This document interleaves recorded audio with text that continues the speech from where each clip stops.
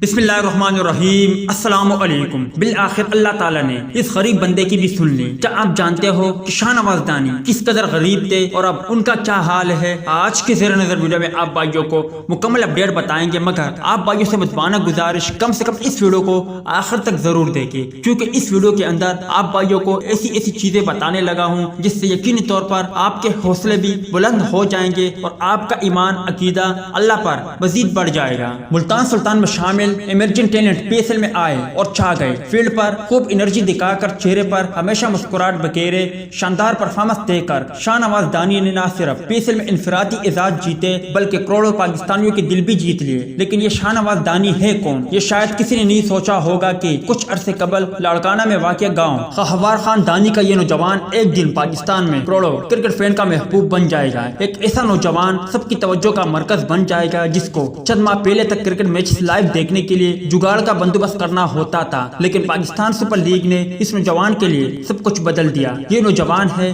شاہنواز دھانی، جو Pakistan super league میں بہترین باؤلر کے ساتھ ساتھ بہترین ایمرجنگ کرکٹر بھی بنے۔ وہ پی ایس ایل میں بیسٹ باؤلر بننے والے پہلے ایمرجنگ کرکٹر ہے۔ ملتان سلطان کے اسکواڈ میں شامل شاہنواز دھانی لاڑکانہ کے قریب اپنے گاؤں میں ننگے پیر ہی کرکٹ کھیلا کرتے تھے، کیونکہ ان کے پاس کرکٹ کا مکمل سامان تک میسر نہ تھا۔ ان کے دوست ان کی برق رفتاری کی وجہ سے انہیں 3G بولر کہتے تھے۔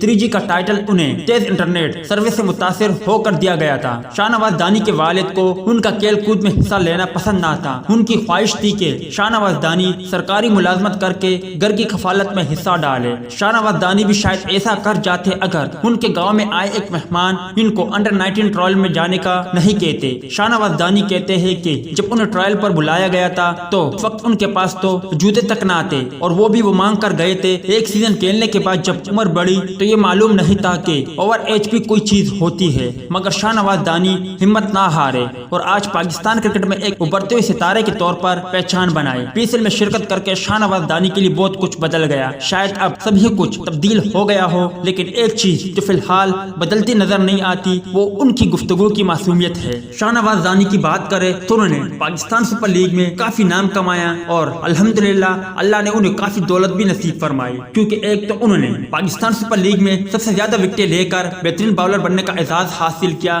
جن کے انہیں الگ سے 8 لاکھ پاکستانی روپے ملیں گے، جبکہ فاتح ٹیم مطلب کہ چیمپئن بننے والی ٹیم میں بھی وہ شامل ہے، ان کے بھی اللہ تعالیٰ انہیں مزید انعامات ملیں گے۔ اور انشاءاللہ یہ غریب بھی اچھے گھر میں اور ساتھ ہی ساتھ گاڑیوں میں گھومتے پھرتے آپ بھائیوں کو نظر آئیں گے۔ امید ہے دوستو کہ آج کے مختصر ویڈیو بھی آپ بھائیوں کو پسند آئی ہوگی۔ ملتے ہیں کسی نیکسٹ ویڈیو میں، تب تک کے لیے اجازت دیجیے۔ اللہ حافظ۔